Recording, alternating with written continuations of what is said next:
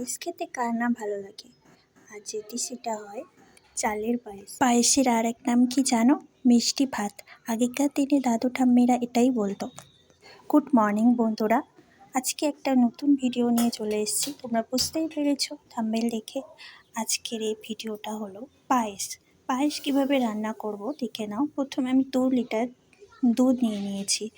আমি 1 কাপ চালের মতন করব, তাই 2 লিটার দুধ নিয়ে নিয়েছি। সেটাকে ভালো করে ফুটিয়ে এতটাই ফুটাবো যে 1 গ্লাস পরিমাণে হয়ে যাবে দুধটা।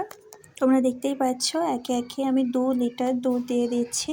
2 লিটারই দুধ দেবো। দুধ বেশি করেই দুধটা দেবো, কারণ দুধের ওপরেই নির্ভর করে পায়েসটা কতটা সুন্দর হবে। দুধ বেশি করে দিলে তবেই পায়েসটা সুন্দর খেতে লাগবে।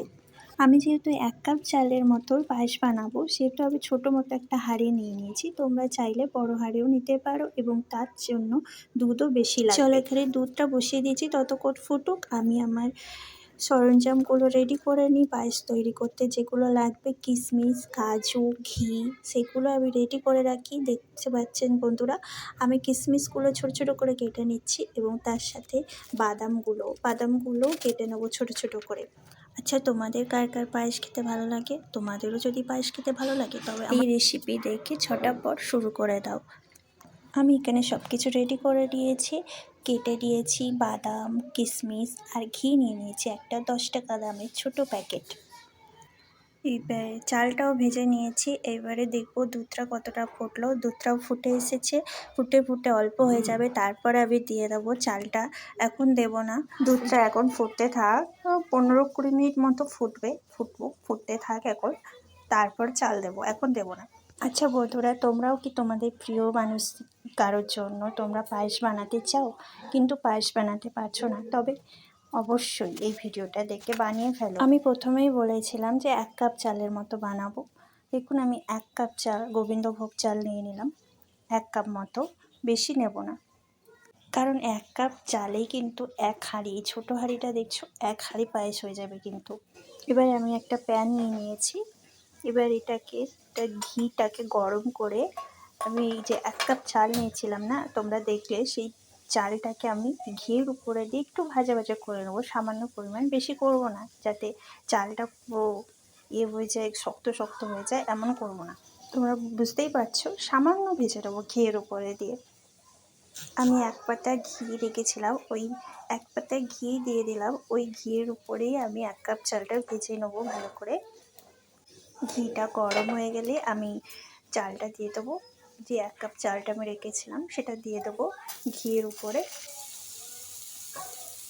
এবং সামান্য নেড়ে নিয়ে ওটাকে রেডি করে নেবো। সামান্য, বেশি নাড়বো না, যাতে চালটা পুরো শক্ত হয়ে যায় মুড়ির মতো। 2 মিনিট মতো সামান্য নেড়ে নিলে রেডি হয়ে যাবে আমার চালটা। রেডি হয়ে গেলে রেডি করে এটাকে রেখে দিলাম। রেখে দিয়ে এবার দেখবো দুধটা কতটা ফুটলো। দুধটা হয়ে এসেছে আমার। এবারে আমি এটার উপরে আমি দিয়ে দেবো চালটা, ভেজে যেটা রেখেছিলাম, যে চালটা না, ওইটাই দিয়ে দেবো। ভেজে রাখা গোবিন্দভোগ চালটা দিয়ে দেওয়ার পরে আমি ওয়েট করব চালটা কখন নরম হচ্ছে। বেশ নরম হবে। দুধের উপর দিয়ে দেওয়ার পরে চালটা পুরো গলে যাবে এমন হবে। 20 মিনিট মতো রাখলে হয়ে যাবে। দিয়ে দেবো। এবার দেখে এর উপরে একটা এলাচ ফাটিয়ে আমি দিয়ে দিলাম। এটা দিলে পায়েসটার স্মেল কিন্তু অনেক সুন্দর আসবে। প্রায় 15-20 মিনিট মতো গ্যাসে হালকা আঁচে রেখে দেওয়ার পরে দেখুন চালটা গলে এসছে। এবার আমি ওর উপরে দিয়ে দেব পরিমাণ মতো চিনি। চিনিটা লাস্টেই দেব, কারণ মিষ্টির উপরে চাল দিলে গলতে চায় না, তাই চিনিটা দিয়ে দেবো লাস্টে।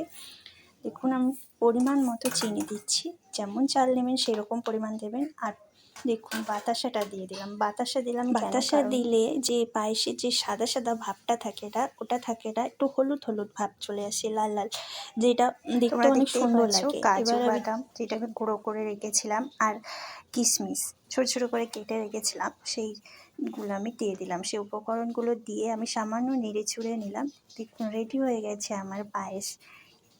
বলে বোঝাতে পারবো না, খেতে জাস্ট অসাধারণ হয়েছে। তোমরাও যদি পায়েস বানাতে চাও তবে আমার এই রেসিপিটি দেখে অবশ্যই বাড়িতে পায়েস তৈরি করে ফেলো ঝটাপট। আর পায়েস কেমন হলো অবশ্যই আমাকে জানাতে ভুলো না। আজকের মতো ভিডিওটা এই পর্যন্ত। বাই বাই বন্ধুরা, ভালো থেকো।